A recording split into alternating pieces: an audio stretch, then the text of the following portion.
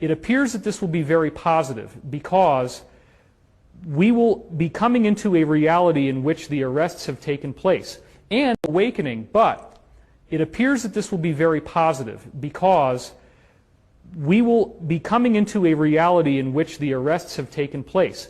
And the Alliance has done some very high-level telegraphing of their move. To wit, check out the movie Iron Man 3. In Iron Man 3, Robert Downey Jr.'s character, Iron Man, does what? He finds out that the Bin Laden character, played by Ben Kingsley, is actually being hired as an actor. And he's working on a green screen. And the Vice President of the United States of America, who looks surprisingly like Dick Cheney, and the President in that movie looks surprisingly like George W. Bush, he is frog-marched out of the White House in handcuffs at the end of the movie for financing this fake terrorist. Now that movie, Iron Man 3, was the biggest movie of the year when it came out. Then we have the movie Captain America the Winter Soldier, which comes out the year later, and again is like the #1 movie of the year, other than Hunger Games. And in that movie, the whole entire thing is essentially a documentary that's true about the Alliance and the work that they are doing to defeat a cabal that wants to kill many, many people. In the movie, the cabal has these flying aircraft carriers that are going to shoot holes in everybody with lasers through the medulla and kill you. And those people are stopped. And at the end of the movie, there is this big trial in which some of the people from this organization that defeated S.H.I.E.L.D., which really is supposed to be the NSA, are on trial. And they say, look, we're the best that the Earth had. We needed to step up and solve this problem. So in that Captain America movie, S.H.I.E.L.D. becomes like the NSA. Even though in the previous movies it was good, halfway through that movie, Captain America, you have a whole little documentary inside the movie wherein Captain America and Scarlett Johansson's character walk into this German base in which an intelligent computer tells them about Project Paperclip, that Nazi scientists were brought over here after World War II to America and were embedded into our society. Those scientists actually ended up taking over the military-industrial complex. They act as if it's still America, when in fact they are pursuing their agenda. And that is what S.H.I.E.L.D. turns out to be in this movie. Now this is a major mainstream film that cost hundreds of millions of dollars to make. And my point in expressing this is, if you want to know what the Alliance is up to, they've already showed you.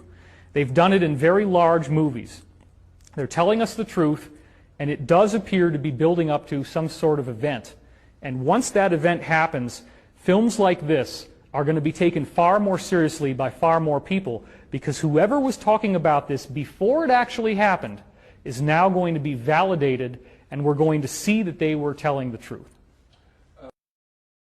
How do you know the good guys from the bad guys? So when Beyonce is doing her symbol, like how do we know if she's mimicking it or supporting it, or like it's very confusing for people. Do you have any suggestions? I would encourage everyone to not blame the musicians who are displaying these cabal symbols. And I want to bring out one example. The female artist Keisha, or Kesha, I'll just go with Kesha. The female artist Kesha put out a video called Die Young, where she is dancing in front of a pentagram and singing about that her goal is to party so that if she parties hard enough, she'll die young. And she was quoted in the media as saying that she brushes her teeth with Jack Daniels. Okay, so it seems that this is what she wants to do. This is the video that she wants to make. So Kesha has the video Die Young out there in the public where she's dancing in front of a pentagram, which appears to be what she wants. It's her video, right? That's what we're trained to think. And then we get the Sandy Hook school shootings in which little children have had their brains blown out by gunmen.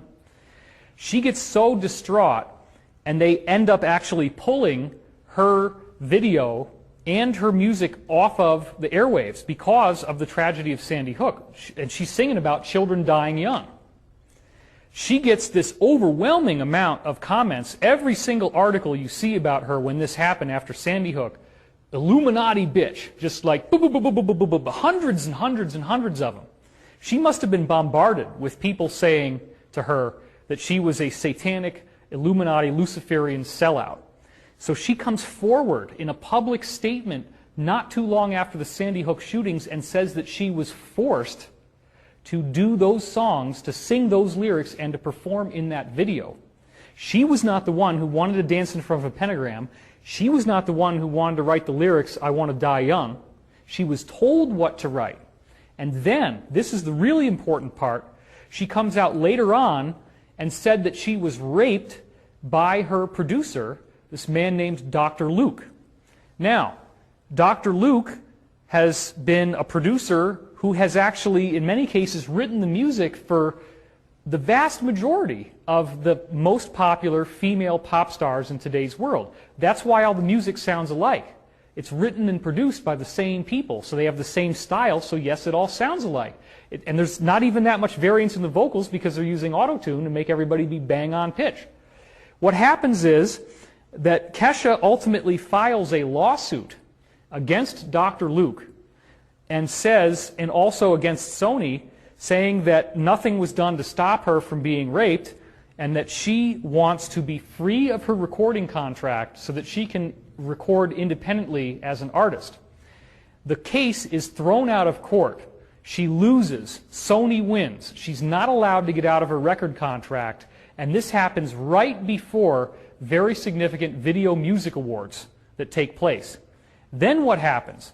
You have some of the people who would normally be associated as Illuminati pop stars, Luciferian pop stars, like Katy Perry, like Taylor Swift, like Rihanna, like Lady Gaga, who all come out. Taylor Swift gives her, I believe, $250,000. Adele, in her award speech, speaks out in support of Kesha.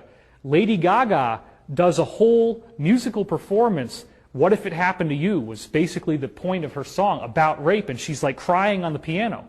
Now, these are the people that we would think, in most of the conspiracy analysis community, well, yeah, Lady Gaga wanted to be dressed up in this outfit with devil horns, and she wanted to be drenched in blood, and she wanted to have flames around her. No, what you're finding out is these people are doing what they're told to do. They want to have a career, they want to be famous, and once you get into the system, they just wear you down little bit by little bit. You keep giving up more and more power, more and more control. You know you're in over your head, and they keep your mind saturated with drugs and alcohol so that you are not capable of making intelligent decisions about your future. And you're so numbed out that you don't even really remember most of what's happening to you, and they just put your body on a tour bus, and if they can prop you up on stage night after night, then you're cranking out all this money for them by going on a recording tour. So this is the stuff that's really happening in our world today, and therefore I would encourage you to not blame the artists, but to look at the labels themselves. How is it, for example, that American television companies continued to give Bill Cosby television acting jobs for so long when there were so many reported rape cases that he had committed? We have the same thing over in the UK with Jimmy Savile, who was on Top of the Pops in the 1960s, is a very active television star through the 70s, in the 80s, on into the 90s, a huge celebrity.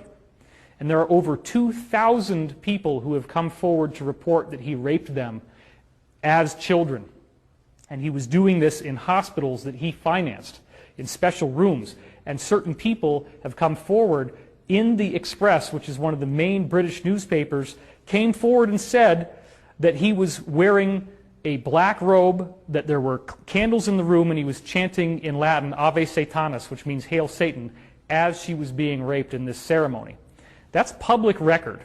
So the British government has been doing a variety of investigations of all this stuff, and what they found is 261 figures of public prominence. Top politicians. In fact, there's over, I believe it's over 60 politicians were involved in this thing. Hundreds of celebrities. Some of the celebrities, yes, are involved. Some of them are brought in against their own will. High-level executives. This thing is pervasive through media, government, finance, military, politics, pharmaceuticals, agriculture, food. It's a very complex problem, and a lot of people immediately want to look away when they encounter this information. They say, this is overwhelming.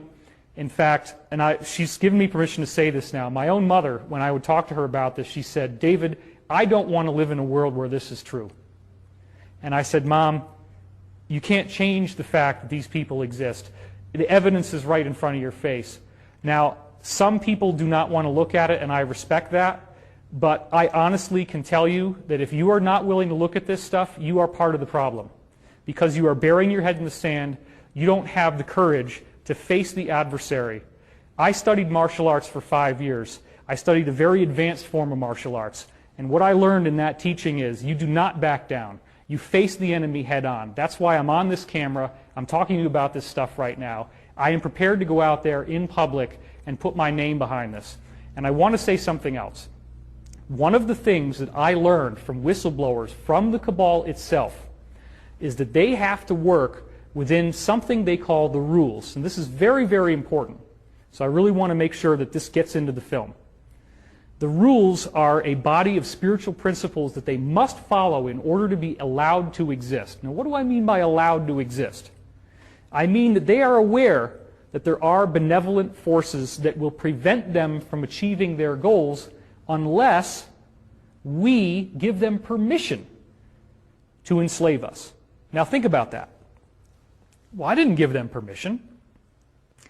Why, for example, was there a document on display in the British Museum Library of London in the late 1800s that comprehensively lays out a plan for 3 world wars, during which time they will consolidate a Luciferian New World Order? And those 3 world wars are precise descriptions of World War I, World War II, and a third war in which they believed that most of the major countries have been eliminated and consolidated, and the only group left is going to be rogue mercenaries, which we would now call terrorists. They didn't use that word, but it totally describes Gulf War I, Gulf War II, the war on terrorism. That's World War III, because the rules state that they have to tell us what they're doing.